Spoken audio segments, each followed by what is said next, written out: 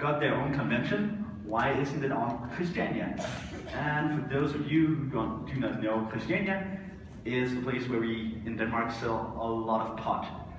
And then somebody comments on a spelling error, but it's the internet, so that's what we do. But exactly this is my point. This is my point for the next 60 minutes.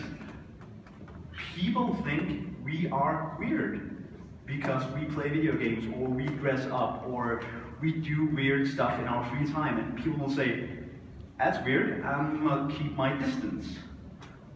And I don't like that. So that is what we're going to be talking about today. So my talk is called Game Over for the Geeks because I am almost 30. I'm 29. That's as close to 30 as you can get. And I've seen the numbers of gamers my age dwindle fast, rapidly over the last few years. And the same with the geeks and the nerds and the dweebs and the techies and all the cool guys, all the guys who love doing something. There are not as many as on my age now as for 10 years ago. And it's not because games have become less interesting. Games have become awesome over the last couple of years. Seriously, gaming in the mid-2000s, kind of okay. Gaming today, it's amazing. I do reviews for primarily Sound Venue. So far this year, I gave away 3 or 4 6-star reviews.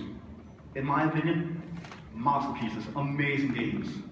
And I'm going to be talking about some of them today. But we have all these amazing games, and we have DIY tutorials on YouTube about how to do cosplay, how to hack your iPhone, how to do all these crazy, awesome things. And yet, when people turn 30, they don't geek, they don't nerd, they don't game. That's weird, and I like to talk about that. But the emotional offset for me for getting into this business is all of these things. How many in here can identify with 3 or more of the notions on screen?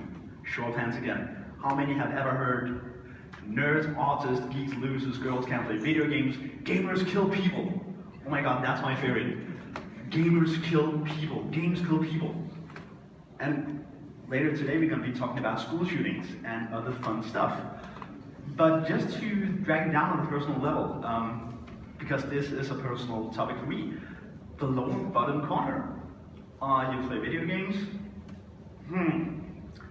Because I met this girl some time ago. I teach martial arts in Aarhus, where I come from, and she was in my class, and she was insanely pretty, like really, really, really pretty. So I go over and coffee now, let's go. All right, we go out and we have coffee, and I'm her teacher and she's my student, and she knows me as predominantly a martial artist. And we hit it off, and we have coffee and we talk, and all of a sudden 3 hours have gone. And she goes, well, it's getting kind of late, but what are you doing this Saturday? Because there's an awesome party downtown. And I go, oh, that sounds amazing. I like parties and I like people and I really like you. But I have a date with a friend of mine because this thing called Dark Souls, they just had a patch that patched something, and we're gonna do pizza and we're gonna play Dark Souls and then something, something, something, and the League of Legends Worlds, so I'm gonna watch that. And she just goes, oh, you play video games.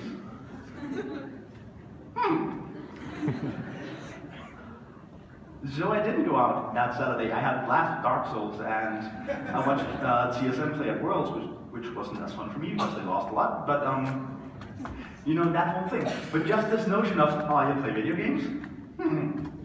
If you're not at Comic-Con, that's not something you advocate. You don't kick down the door to a party and just say, I play video games. Fuck me. That's not how it works. And if somebody in the audience is below 14, 15, I apologize. I'm going to be using adult language kind of a lot. That's what I do. Just tweet me later and tell me I shouldn't. But this offset of this amazing girl, amazing connection, and she just goes, oh, video games, yeah, this way. That provokes me in a good way, because I'm like, what's wrong with video games? Video games are awesome. dude, I can do 10 hours of video game and feel like that was an amazing day. Yes, there's nothing I can do for 10 hours straight and think, all right, I need some more. Mainly because I don't do drugs, but like this notion of there's a trench of culture, and my work for the last couple of years have been filling this trench with science and a whole lot of words, because this is what I do. But if we take a look at, all right, we're 5 minutes into the talk, let's do some Shakespeare. What is in a name? When I give these talks at Danish high schools, Danish youth centers, institutions, stuff like that, from that I can tell you guys that, for a fact, there are absolutely no nerds in Danish high schools. For a fact, there are no one below the age of 20 who plays video games in Denmark. Alright, who knew that already? Who knew that? Show of hands. None. Alright, that's because it's bullshit. But when I give these talks at a high school, for example, and I ask, just like I did here in the beginning, how many play video games? No one. Maybe you'll have the one guy, red hair, huge glasses, lives in the basement, who will go, World of Warcraft rules. Which is amazing, because I know, alright, we can talk about something, but no one else will go. And then there's this funny thing. If I have only the boys from high school, I say, alright, how many play video games? One. Every fucking last one of them. And if I have the girls, they'll go, no, I don't play video games. And I can ask, alright, how about Candy Crush or Heyday or Farmville or Sims? Alright, yeah, sure, but it's not games, it's on my cell phone. Or it's Dollhouse prettying up. It's not that they don't play games, everybody plays games, and we'll bring up some numbers later. But when I ask young people, primarily, if they are gamers, they say no. Because today, gamer, nerd, geek, all these things, when we are not at Comic-Con, or at a LAN event, or stuff like that, all these things, they're not something you wear with pride. It's like, yeah, I have this bad habit, I do it on the weekends. No, I don't play video games, I just shoot heroin. It's like totally cool, it's not that thing. But like, it's something we hide. And that boggles me. I don't get that. That is what we're going to be talking about today. And for the topic of this talk, I'm mostly inclined to talk about gamers, but my arguments, what I'm going to talk about today, is mainly that geeks are fucking ruling the world. Like I told you earlier, I'm close to turning 30. Really, it's not scary, everything still works, and I don't feel old, I'm just grumpy. That's what I do, I'm just grumpy by now. But geeks are ruling the world. All the guys, all the girls, everybody I know at my age who started doing careers and all these very cool, very adult stuff. The guys and the girls who are good at anything, who have a real career, who isn't just in a job but have a career, they're geeks. I have a friend who is doing a PhD in thorax surgery. He's a huge geek. Like, he reads more books than I do, and I read a lot. And he can tell you all the veins, all the arteries, all the stuff inside of you. Alphabetically, numerically, whatever way. He's a huge geek, but I mean, he's a surgeon, so it's not bad. I have friends who made it to like professional, international level in different sports. They're geeks. And we can go out and we can meet people and they'll be, oh wow, you train sports for 14 hours a day and you eat only these 5 different things. Oh, that's amazing, you're such an inspiring person. And I mean, like, I play a whole lot of Dark Souls and I live, my career is talking about games. This is what I do, people pay me to do this. It's amazing. And people go like, yeah, video games? Oh no, I'm gonna go this way. That's weird, I don't get that. But fact is, geeks are ruling the world. If you're geeky about something, just get good at it, and at some point you'll either have a YouTube channel or a book publishing company or whatever it is you'd like to do. If you are a geek, keep on geeking. But for the talk today, I don't care if you're a game geeks or cosplayers or comic book geeks or like wherever you fit in the diagram of geek culture. I think you're awesome, and I'm going to be talking about your culture. And I hope I understand it. But if we jump on, the first thing we need to do is jump into the character creation. And unlike my brief 400-hour stint in Skyrim, I will try to keep this to like just a couple of minutes. That's me. That's my stats. I geek, I talk, I think, and I write. But if we look at my origin story, then I started out like this. Yes, I love that reaction. My dad took this picture because he gave me a computer when I was about 2-3 years old. And I started playing on the computer. And when I look back, and when my dad talks about it, and my dad told me that I'd much rather be on the computer than in front of the video cassettes or the audiobooks, audio cassettes with Disney, and then they go ding, ding, ding, ding, and you turn the page in the book. I'd much rather be on the computer, because on the computer, there's a new story every time. No matter if I played Leisure Suit Larry, my dad didn't care much for age restrictions, or keyboard games, whatever. If I hammer on the keyboard over here, it goes bod. If I hammer on the keyboard over here, it goes beep. That's interaction. We're talking 1989, interactive entertainment medium. That's amazing. We're still at it. If you watch a movie, it's going to be the same movie if I watch it, if you watch it, or if you watch it. It's the same movie, it's the same book. We might interpret something from it, but basically it's the same experience. Games, not so. I can be 100 hours into a game, and I can be all the way over here. And somebody 10 hours in can be all the way over here, and we have never met, or we have never had the same experience. Because he's, I don't know, on an alliance server, I'm on a horde server, or whatever, something like that. That's impressive. We have this medium that are totally user-controlled. And people are not rambling on about it like this is not the coolest shit that has ever happened. I know we can all agree, but my mom will still go, yeah, that's nice. That's nice, dear. My dad's also a geek, that's kind of where I got it. But 25 years after this picture was taken, I did some stuff with this dude. Not literally, because he's dead. That would be kind of weird. But I finished my master's degree in philosophy and psychology at Aarhus University, where I wrote my thesis on the possibilities of existentialistic growth in human beings through video games. So I took Søren Kierkegaard and smashed him into World of Warcraft and said, can you become an amazing human being through playing World of Warcraft? And to summarize 10 months of, well, not exactly studying, but drinking and writing, yes, you can evolve as a human being through playing World of Warcraft, or any other video game for that matter. And that's the opposite of my company called, in Danish, Noget om Spil, .dk.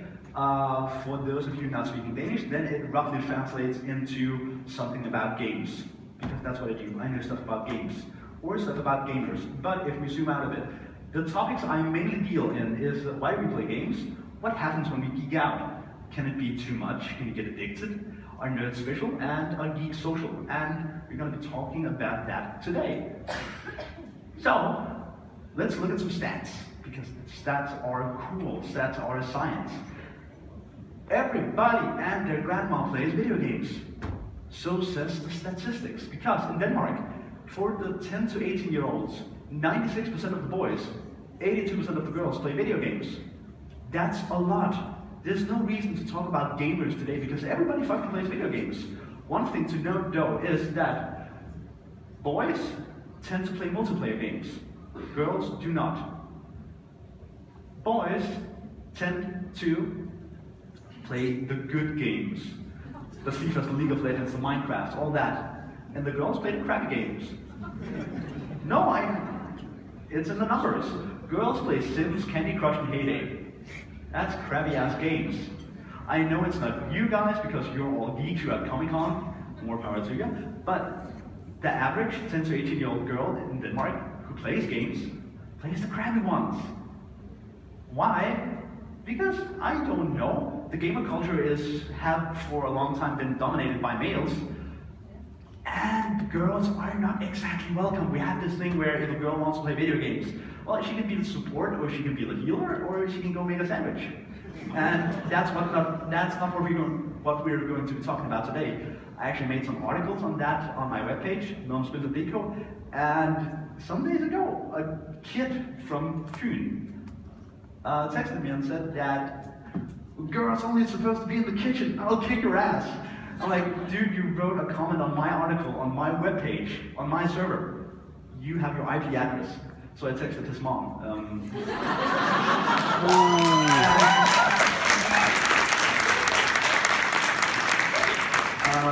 She did not feel like that she belonged in the kitchen, but what are we going to do? And he did not feel like coming to Aarhus and kicking my ass. I mean, he's 14 years old, so he could ride the bus himself. But for the American equivalent, 155 million Americans play video games. That's almost a half continent. That's half of America. They play video games. They have an average of 2 gamers in every American household. That's a lot. And just to do it on a grander scale, when gamers play, people watch.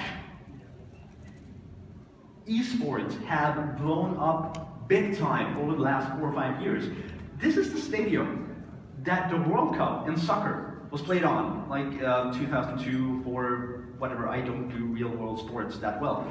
But they filled the stadium, 40,000 people, bought tickets, came in and watched 2 teams of 5 predominantly Asians play League of Legends against each other. That's so cool. That's amazing. If we can get 40,000 people to come and watch people play video games, we have come a long time since when I went to primary school in Denmark.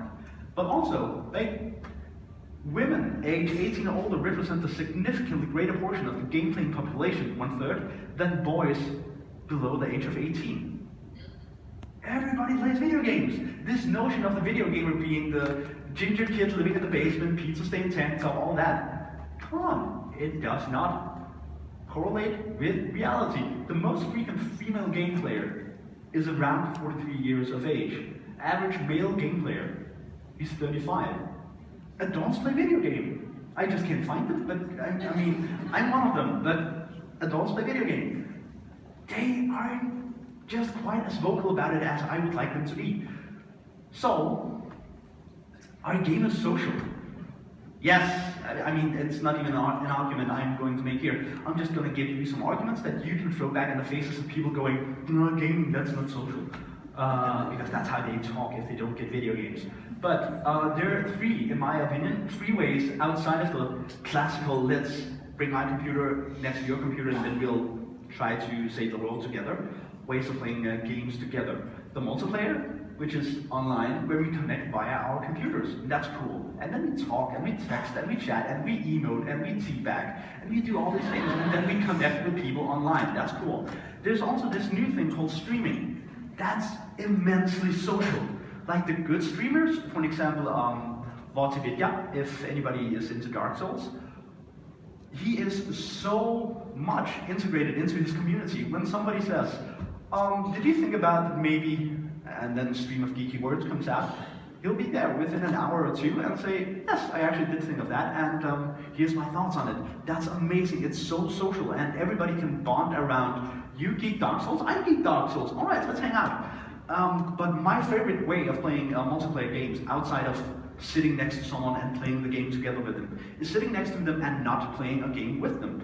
I did this a lot with a really good friend of mine. Every time Dark Souls came out, like the first, the second, and the third, I picked up my PlayStation or computer and put it over in his apartment. And I sat down over here and I played Dark Souls, and he sat down over here and played Dark Souls. And there could be 2-3 hours where we didn't speak a word, but we had this, all right, I'm playing Dark Souls, you're doing it, and that's cool. And then all of a sudden it could be like 2 hours gone since anybody said anything, and it would be, this dragon is really fucking annoying. Or did you buy these 2 douche faces? That's a reference to Ornstein and Smough, because if you don't think they're douche faces, you have not played Dark Souls. But 2 hours go by and just no interaction, but it feels social, because every time there's something to talk about, we went. At some point one of us went, I'm actually quite heartbroken. That girl I had something with just left me. And then 2 hours go by and the other one goes, that's too bad. You want to talk about it? I just picked up a rather cool sword. I'd rather go kill stuff. And it's cool. That's a fine way to hang out. It's this way of hanging out and connecting that's not, let's sit down and talk about our feelings. We just hang out and we just do stuff we like. And that alone together way of gaming, that's cool. So be vocal about that when people tell you games are not social. Fuck yeah, they are. But we need to hurry on because I don't have much time. On average, we play video games for 3 billion hours per week. Why the fuck do we do that? I don't talk about us in here, I'm like globally speaking now. Why do we do that? Why? That's not a rhetorical question, somebody answer it. I don't know why. Why do we play video games? Relaxation. Yeah, anybody else? For fun. Yes! Love that answer because I totally disagree. But games are not just funny. In my opinion, games are not funny. Games are serious business. But not just funny. Some of them are pretty cool. But gaming have grown over the last 30 years. That's pretty self-evident. So have the gaming industry. And games have not only become better, we can also agree that although mid-90s shoot-'em-up games had some sort of charm, games today are like better in every freaking way possible because technology. But not only have they become better, they have also become more effective. And for the next 30 minutes, effective is going to be a really important word. Because are games really fun? Like, I know we play them a lot and I know we all like them, but are games fun? Somebody says, yes! Alright, that's my point. I'm going to go down then. Pac-Man, is it fun? Yeah, frustrating. Alright, why do you do things that are frustrating? That's weird. Why do you voluntarily do frustrating things? Doom 2, is it fun? Some of you guys are too young to have played Doom 2. I feel really old now. I am old, now I also feel old. Is it fun? League of Legends, is it fun? Bright colors, is it fun? There's one dude who says yes, so I found the Diamond 1 player, and all of the scrubs and just go, no, it's not fun. Dark Souls, amazing game, is it funny? No, it's not funny. If you think it's funny, you're wrong. I have the microphone. Dark Souls is not funny. Like, I never went ha ha ha ha ha. What an amazing experience, that's fun. I cried, I bit my controller, I bit my couch, I bite a lot of things, but Dark Souls is not funny. This War of Mine, amazing game. Amazing, amazing, amazing game. Is it funny? I'm so glad nobody says yes! Because this is a game about getting attached to people in a war-torn country and then they fucking die. This is like A Song of Fire and Ice, Game of Thrones on speed. You get attached and people die. It's a horrible game. I don't like it. It makes me cry. It's a bad game. I love it. I played it so much. And then they did an expansion pack with kids. Hell. Yes, exactly. Oh, but I played it. And the kids died. Nobody was really happy. Well, I loved it. But this kind of hinges on the fact that games can fulfill different basic human needs. Games have become important to us and for us as humans. Games are designed today for humans, not players. They hinge on emotions. And if we, I'm going to take you all back to high school, primary school now. Who knows what this is? Maslow's behovspyramide in Danish, the hierarchy of needs by Maslow. If we look away from the physiological and the safety needs, everybody needs friends, family, sexual intimacy, self-esteem, respect, achievement, acceptance, lack of prejudice, problem solving, all these very cool things. Guess what? Games do this. This is not something gamers like. This is something human beings crave. If we do not have everything on the pyramid of needs, we don't feel whole as human beings. And as a brilliant researcher put it some years ago, guess what? Reality is broken. Reality, by today, by 2016, does not constantly give us the options to have all these affirmations of efficacy or empowerment, all these cool things that we like as people.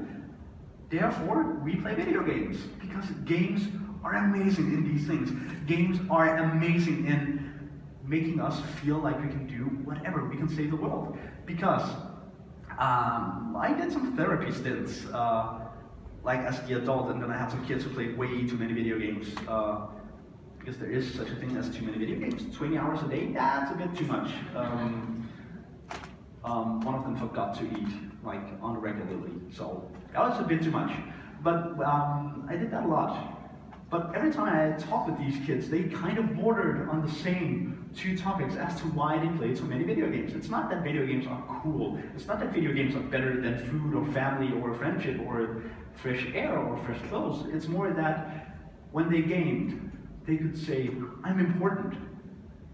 And that's very, very, very basic premise of being a human being. We like to feel important. It's important to be important. Who knows what this is? All right, somebody just shout it out. World of Warcraft. World of Warcraft, and what is it from World of Warcraft? Quest. It's a quest log. And does anybody know the quest? Like how hardcore World of Warcraft gamers do we have? All right, you do. Which quest is it?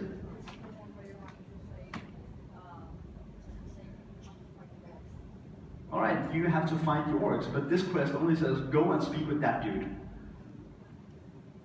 But that is exactly the point. That's exactly my point. You can like come up here and do the microphone thing. Because that's the point. This quest says in the text, go and speak with Archmage Khadgar? Khadgar. Alright, I never played World of Warcraft. I don't have time to get but go and speak with this dude.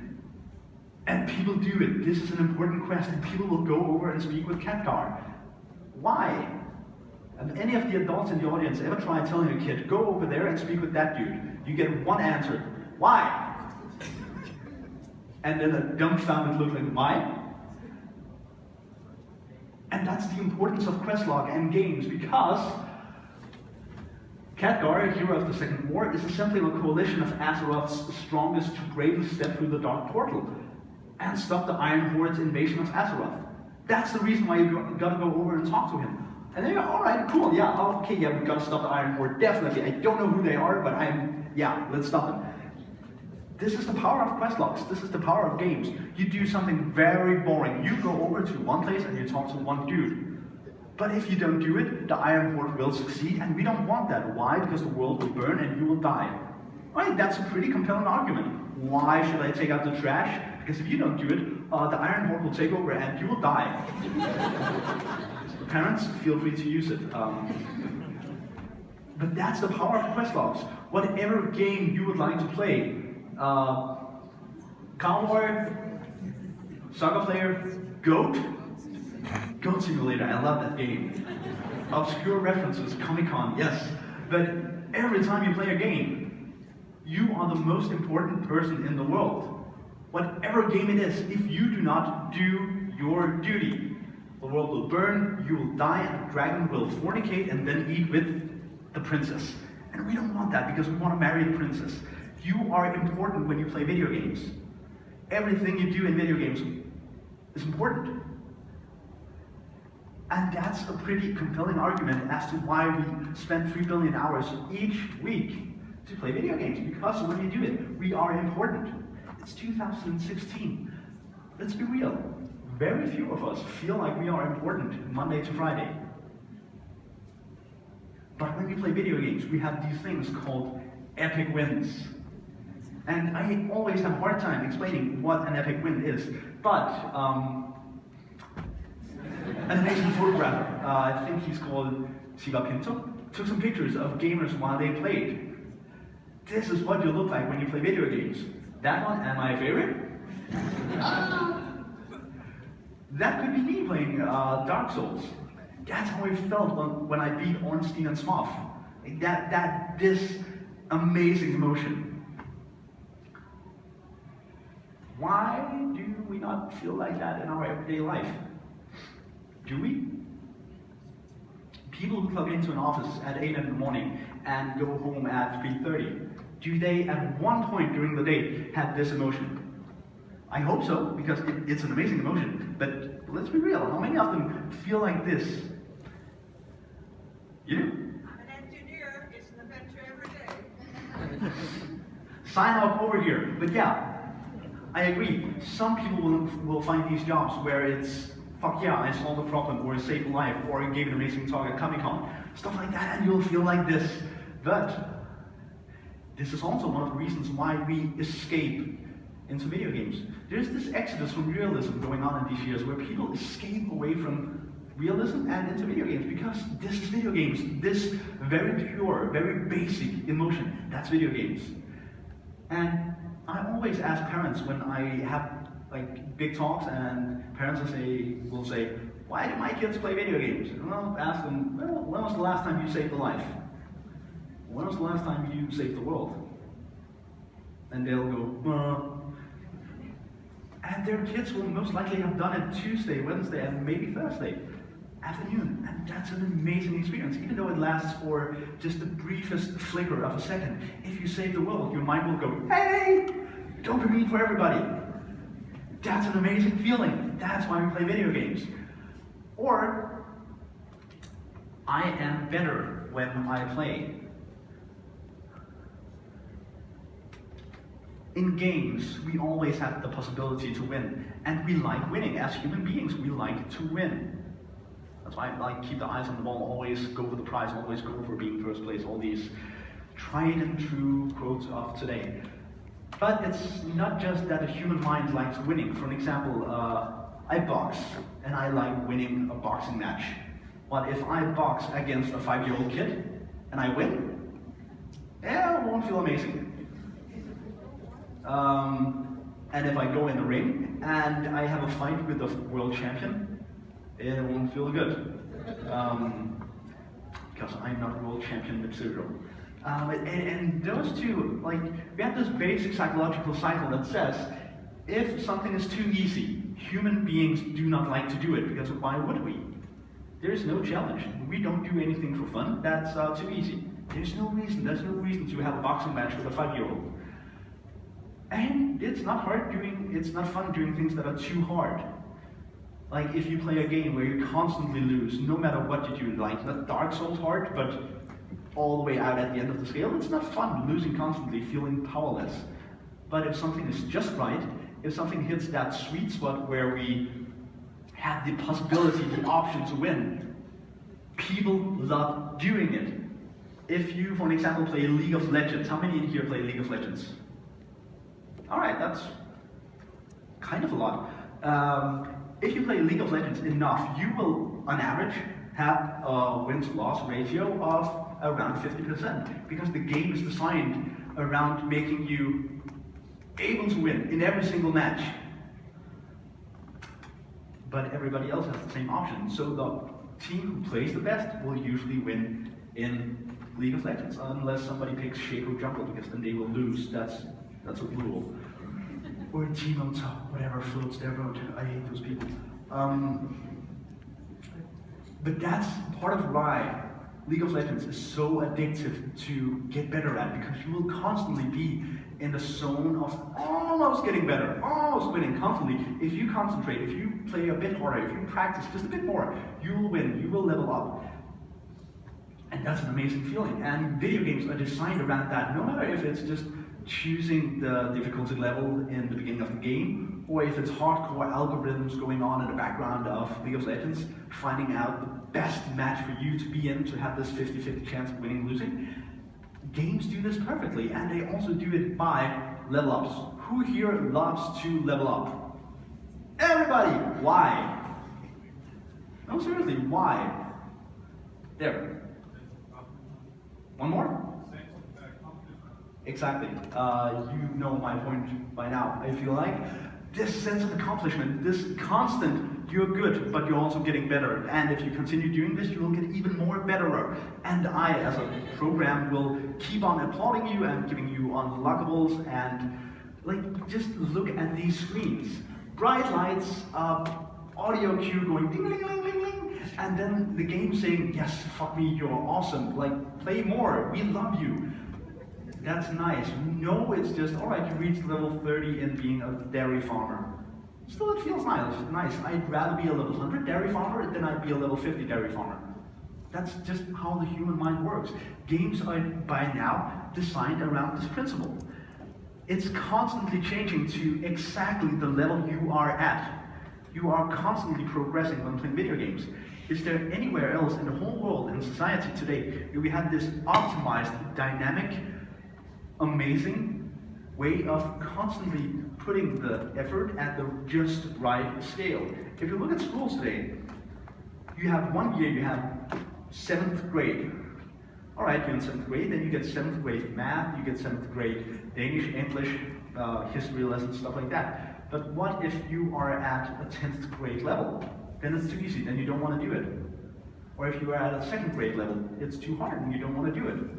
That's why you don't play video games, because video games will always be exactly where you are. And they're so good at being at exactly the right difficulty level.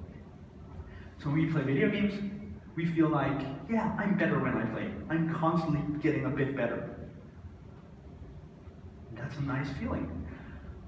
So, when I ask a bit rhetorically by now, what's the point of gaming? It's not necessarily to be funny. Like, fun is not the primary desired outcome of a game. All games must have the possibility, and I suppose you guessed this by now, to be won. Games are supposed to be won at some point. And while it's on the way to being won, they might be endearing, memorable, awesome, educational, all these things. But games are supposed to be won, and they are designed around how do you win, or how do you keep someone else from winning. If you start thinking about games as designed to make you win, or at least give you the possibility to win, we can also start to think of gamers as winners, and I like that notion. Like, it's not necessarily a social power call, gamers are winners! Not necessarily, could be, but more of a gamers are potential winners constantly, and that makes something of our brain, of our mind. That makes something of how we like to perceive challenges. We need to be able to win, and we need to be able to see how exactly we do win. And gamers are literally winners. But why do we play video games? Is it for fun, or is it to connect, to appreciate, to say to the world all of these very cool things? Basically, it sums up to, we play video games to feel good. Video games make us feel good. Because video games are nice. Not necessarily funny, but video games makes us feel good. Games can modify our moods and mindset, and games are designed specifically around making us feel good in many different ways. Do you all follow this argument? Like, games make us feel good. How many, show of hands, have been made to feel good by games? How many feel good when they game? Right, everybody! And then the next question. Does it feel nice to kill? And there's a surprising number of guys just going, fuck yeah! Right, I'm gonna stay on the stage. I was expecting yeah to no, to which I'd reciprocate, good. Freaks. But, why do we play violent video games? I hear that so often from primarily people who don't play video games, because for gamers it's just video games are usually about life and death. And there's too few people who will say, why? And it's a pretty good question. But just to give a brief summary, because this could be a 5-hour panel debate with free-for-all melee in the midst of the audience afterwards, where we fight about who was right. So I'm just going to give you my opinion because, I have the microphone. This also goes for comic books about fighters, cosplaying as adept killers, watch violent TVs, all this fascination with violence. To me, it's mainly because life and death, that's very simple. Everybody has an opinion on life or death. Would you like to die? Most people would say no. Cake? Cake or death? Cake or death. And you guessed the tattoo I have on my ass. This whole life or death situation, everybody gets it. It's a basic human premise. Either you are alive or you are dead. And if you're dead, you're not really relevant to the discussion. You don't have much to contribute. So it's the premise of everything else. I like to feel like I'm a king. All right, to be a king and feel like it, you have to be alive. Maybe? All right. So we have this life or death. That's just a basic human default setting. Either you're alive or you're dead. Not talking about meta-humans or whatever right now. You're either alive or you're dead. And that's really funny to play around with. Every human being has this built-in curiosity about life or death. That's why we like to play around with this moral vacuum that is gaming today. It can be about shooting people in the face, or it can be about stealing. Everybody likes, what would happen if I just shot that dude in the face with a shotgun? It'd be a briefest idea, or it'd be every year of having math in 5th grade. But we all know the rules of society. Like the basic rules of society are you cannot shoot people in the head. Like that's a rule. You cannot. If you break the rule, you go to jail. Or he might shoot back or stuff like that. We do not shoot people in the face. But we like to play around with the notion of, but he's really annoying. Or he picked Timo top or stuff like this. And then we have video games where it's okay. We can play around. We can delve into these dark ideas, and we can play around with stealing, or we can play around with just whatever the fuck Grand Theft Auto is. It's an amazing game, but like you can literally do everything that is not allowed, not okay today in society. And it's a fun game. It's not to me like a violence simulator. It's not something you play and then you go on a violent rampage. It's a fun game. Like you can play around. You can steal a car and then you can do weird stuff with the car. The same with Saints Row. Like flogging people in the head with a double-ended huge purple dildo, amazing. I know if I do it in real life, it's like, there'll probably be some sort of repercussions or a front page spread of one of the newspapers. But we can do it in games, and that's fun. It's fun to play around with these trains of thought. So, I'd also like to pose the question, or the argument that Minecraft is way more violent than any of these. Every time I come out to school class or a youth institution, stuff like that, they always say, oh, the kids, they are so good friends, they play Minecraft. And they'll have one douche-faced 10-year-old sitting in the corner, just stockpiling TNT or dynamite or whatever, running over to the Millennium Falcon or something really cool and geeky that the other kids built in Minecraft, and he'll go, I couldn't be in the treehouse, you didn't invite me for a birthday, whoom! And then he'll have taken 100, 200, 500 hours of work, of concentration, of planning from the other kids, and he'll go, la la la la. And the grown-ups will sometimes just go, oh, it's just a game, it's just so fun. But the point is, in Minecraft, that's not the point of the game. The point of Minecraft is to build stuff, not to destroy your neighbors or your friends or your sister's treehouse. You break the rules and then you take time from the other players. If we play Counter-Strike and I shoot you in the face with a shotgun and you die, it's the point of the game. When I boot up Counter-Strike, I know it. That's a premise. Like, I play Counter-Strike with you, we see who shoots each other in the face first. And if you shoot me, you deprive me of 10 seconds of my life until I respawn. The douche-faced kid from kindergarten, he took, let's say, 100 hours from the other kids, and that was not the point of the game. And in that way, Minecraft can be hugely violent, where Counter-Strike is more, well, I clicked on my mouse faster than you clicked on yours, I win. Violence is very much a way of thinking about something. We don't, or usually have a hard time describing what is violence.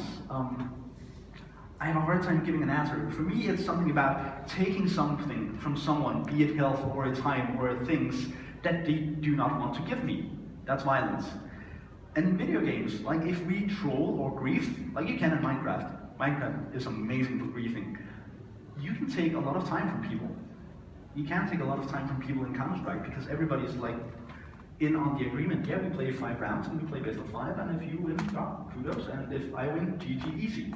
But this notion of what is violence, that's very important when we talk about it. But let's never say never, because shit has happened over the last 25 years. These school shootings. And it's always a thing that these lunatics, mental cases, poor souls lost in the system, play video games. It's always an argument. Eric Harris, Dylan Klebold, played a lot of Doom. That is in the classical notion that there's shotguns and blood and death. That's a violent video game. Adam Lanza, who did the Sandy Hook shooting, primarily played Dance Dance Revolution 3 for the PlayStation. That's not a violent video game. But it still is. He was a gamer. He did a school shooting. He was a gamer. That's probably why he did it. And that's why when people do this, we need to be able to talk about causality or correlation. The difference between these two is tiny, but also huge. Causality is something happened because of something else. Correlation is something happened and something else happened at the same time. For example, correlation would be we are hosting Comic-Con in Copenhagen, right? That happened at the same time as a potential terror bombing in Hungary, Istanbul, somewhere in Europe. Did it happen because we are hosting Comic-Con in Copenhagen? No. Also, okay, then it's correlation. Every time we have hosted Comic-Con in Copenhagen, a terror bombing has happened in Europe. That's true. It's scientifically, it's true. Every time we host Comic-Con in Copenhagen, shit happens in Europe. It's not causality, and that's the point of these arguments. Like, terror bombings didn't happen because we hosted Comic-Con in Copenhagen, and it's the same with video games and school shootings. Or at least, no one has ever proven that the school shootings happened because of video games. And very few people have made good science saying if you play video games, you are more violent. People have said it, and people have said, I have science. But as soon as everybody else looks at their science, it's more like, not really. There is no determinate, hardcore, really satisfying academia or science that says you get violent from playing video games. So when we talk about causality, it's more like 96%, we had that number in the beginning of the talk, 96% of the 10 to 18-year-old boys in Denmark play video games. So the odds that anytime someone who has been a 10 to 18-year-old boy in Denmark does something criminally, you would be able to pose the argument, he played a lot of video games. Well, yeah, we all did. That's the point. So every time you hear this, just say, okay, causality or correlation, because there's a pretty huge difference. And this is a huge topic, and I'd love to continue it, but I only have an hour, and I have like 15 minutes left. But this is the baseline of my primary argument, causality or correlation. Science, but this kind of, over the last 20 years, this led to, they were outcasts and they played video games. Which is true, they were outcasts and they played video games. And this has led people to go, I play video games, I'm probably an outcast. Or even worse, he plays video games, he must be an outcast. So we had this in 2016. In spite of all this that says everybody plays video games, there's this notion on like the last couple of years, the last 20 years, that video game violence and glorification must be stopped. And it's not just Trump because it's Trump, but like you could go on Twitter or Instagram or Tumblr or Facebook and you could find this argument pretty easily.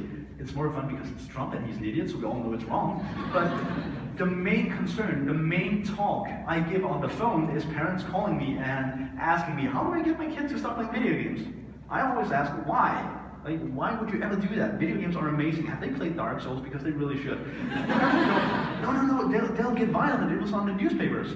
And it's true. Like, all the newspapers in Denmark, you can have a headline saying, if you play video games, you will have all of these cognitive, social, and practical bonuses in life. And it'll get a couple of thousand clicks. But every year, where one of these self-proclaimed experts give an interview and will say, violent video games will make children aggressive. Whoop, 10,000, 15,000 clicks because, oh my god, I play video games, maybe I'm violent, I just don't know it. And parents will go, I've seen video games, maybe he's violent, and we just didn't know it. This is an amazing term of we look for the news we like to read. And it's pretty nice to know if 96% of the boys and 82% of the girls today are violent. I would like to know that before I venture out into society. So we have this discourse where this is one of the most interesting things in life when we talk about video games. Do I get violent? And it's pretty easy to just take the science and say, no! And you'll have someone, and I was told this, someone told me this at a talk. Well, I don't believe in that science. And you go, okay. Fuck, I'm out of arguments, like, this is science, this is not opinion, this is science. And you can have people going, yeah, but well, I feel. Alright, I don't care. You're wrong. Your feeling can be wrong. Science, pretty hard. But this link between teen killers and video games. Yes, teens play video games, and teen killers will therefore be in the group that has played video games. Correlation, not causality. Friends say shooter played StarCraft in school. Well, apparently school sucked. But even if we like zoom away from the very graphical, very shit is violent, that is a video gamer, according to Hollywood. That is a video gamer. And he is not portrayed as someone where everybody feels like, I should be Sheldon Cooper, I aspire to be Sheldon Cooper. Sheldon Cooper is kinda, like, I wouldn't want to live with him. How many of the girls in here would like to date Sheldon Cooper for more than 5 minutes? And no, you can, all right, 2 people, and one of them is a dude. Yet again, I have no more arguments. But even if it's not like he is not the punchline, he's the premise of the show. How many have seen Orange County? My favorite guilty pleasure for horrible TV series from the 90s, early 2000s. I have 4 girls up front just going, yes, us too. Yes, I know. This kid, Seth, yes, for the first 2 seasons, he was the punchline. He was the live-in little brother of primary Hollywood soon-to-be star, looking amazing. I can't even remember his name. He was called Ryan in the series. Now he's the dude in Gotham. But Seth was the joke. Every time it got a little too serious, like we talked about, they talked about school shootings, anorexia, drug abuse, he would come in and be like, video games, comic books, and we'd be having a whole, sorry, I'll stand still, school shooting going on, and he'd jump in and it would be, all right, there's the comic relief, now we can laugh. And he would be pining for the heartless wench at the school, and she wouldn't love him because that was the punchline. He played video games, or he was into comic books. This was him, sitting in his pajama pants and comic book t-shirts, playing on his Xbox/PlayStation controller. And all of a sudden, all the geeks in Hollywood, around Hollywood said, all right, we actually like Seth. And then in season 3, he, like over 2 episodes, had a total 180 of character, and he starts dating this used to be a heartless wench at the school and wearing a leather jacket and being really cool. But these 2, that's usually, if we have gamers or geeks in TV series, this is it, they are the punchline. That's horrible, come on. 96% of the boys, 82% of the girls in Denmark today are not a punchline. But that is how we do it. We have TV series about, oh, it could be so fun just watching geeks do geeky stuff. Let's make a TV series about it. I hate it. Or geeks who drink. Let's put geeks in a TV studio and see what happens. We give them alcohol and then we have a little social experiment. Fuck that. Seriously, why is this a thing? Why is geeks like animals in a zoo and then we can laugh at them, like the puppy pooped on the floor, or the geek made a reference to Doctor Who, or said timey-wimey, whatever. That's not funny, it's awesome. I've seen exactly 1 TV series who does the geek character, the token geek character, amazingly. The Flash from Marvel, Cisco, fuck yeah, more power to whoever wrote that series. He's amazing. He has the comic book t-shirts, and he says intelligent stuff, and he's not a laughing stock. Cool, that is how we do it. But that's Marvel. They know geeks will watch our TV show. It's DC Comics. Yeah. And nobody ever picks up on that when I do that on a regular high school. You'll have 10 kids going, I know he says Marvel, I think it's DC, but I don't want to be the guy who knows the difference of DC and Marvel. I'm just going to sit here. Thank you. That's why I completed it. Nobody called me out on it. You said it? I said it. No, whatever. But why is this a thing? And so all these nerd, geek, gamer, whatever. From today on, for the next 10 minutes, let's start a small revolution. Let's start it from right here, and let's try to take back a word. Let's go all these Sheldon Cooper, Seth, punchline, attributes of characters, traumaless, disconnected, pretentious, all this shit, and make it exactly that. Let's call it bullshit, and start watching some good Hollywood shows with good geeks, or just be loud and proud about being geeks, because you guys, odds are, you are not all antisocial, introverted, dangerous, narrow-minded, all this. I don't think you are, but for a fact, the core of geekdom is never all of these things. And geekiness is not like a selection of topics. You can't have like a checklist going, well, if you know the difference between DC, Marvel, Horde Alliance, Star Wars, Star Trek, then you are a geek. Hereby you have a geek certificate. Venture forth into society and be exactly nothing. That's not how we do geekdom from now on. Let's make a pact that geekiness from now on is a way of doing stuff.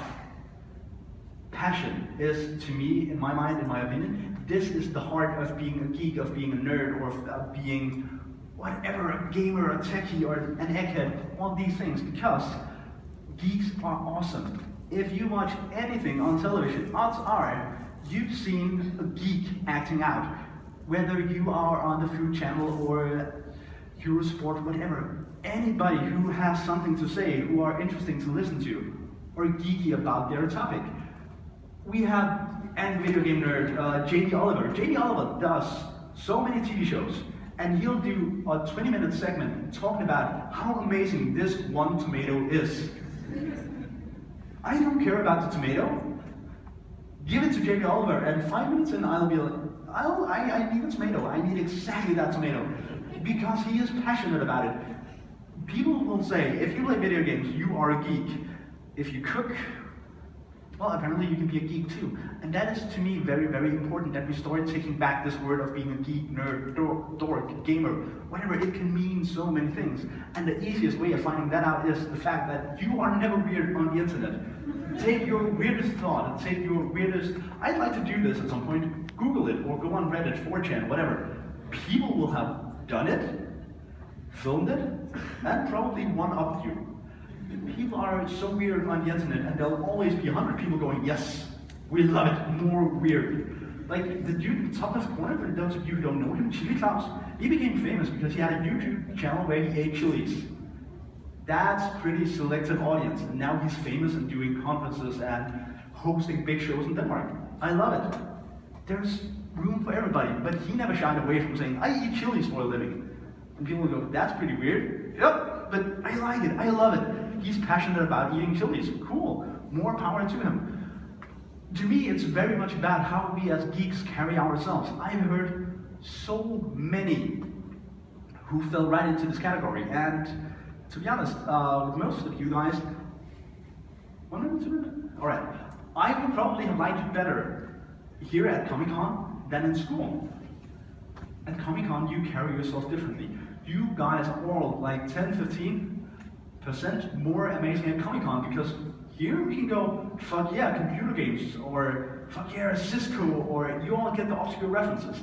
And that's amazing. It's amazing to speak with someone who resonates on the same level. And as we just saw earlier, it's a shame we don't do this outside of Comic-Con or outside of high school, small subcultures, because 96% of the youth population plays video games.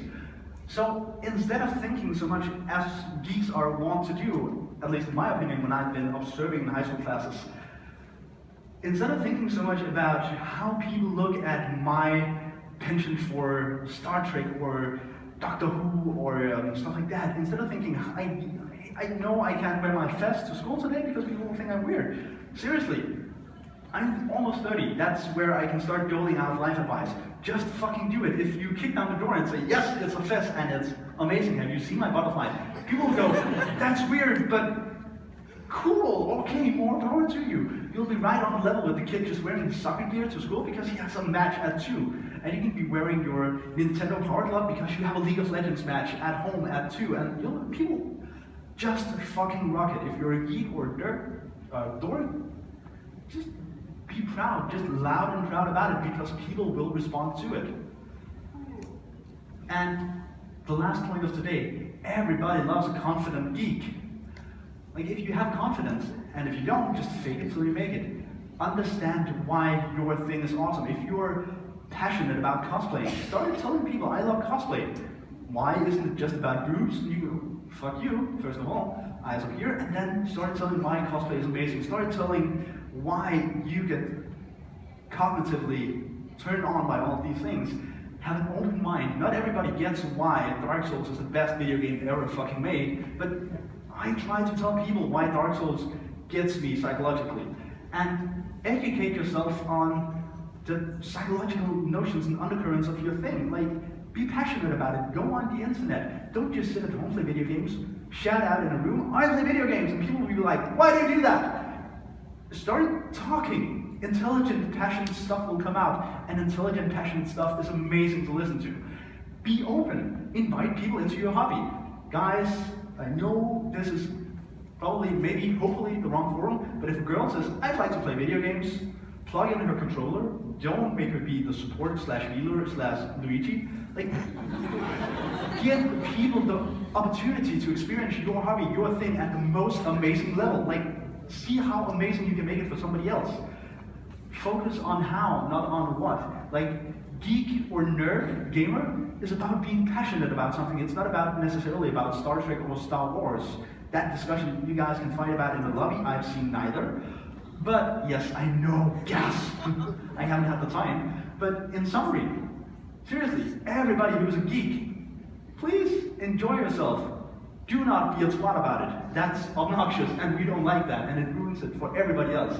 So, educate your passion. If you love video games, go all in. Seriously, start a blog, start writing reviews, get a job in the gaming industry. If you cosplay, go somewhere where people will judge your cosplay and say, it's a 7 out of a 10. And then ask, all right, where's the last 3 points? What can I do? And just ramp it up, be proud, and show it to people. Show your passion. Please, because it's amazing to listen to. Every time I get somebody who will say, I love this very weird thing, all right, why? I don't get you, but please tell me. And that's an amazing experience to listen to all these things. And in doing so, like to tie this in with the thing I told you in the beginning, with the girl who did the, oh, okay, you like games, I'm gonna go over here. Persevere, and I got the girl. She's my girlfriend today. It's amazing. But the point in all this is, be loud and be very, very proud about being geeks, nerds, gamers, whatever it is you like. Just shout it out. Good things will happen, I promise you. If you disagree, or if it isn't so, hit me up on Twitter, Facebook, webpage, whatever, and tell me you were wrong, do something else in life. But thank you so much for coming out today, and thank you so much for having me.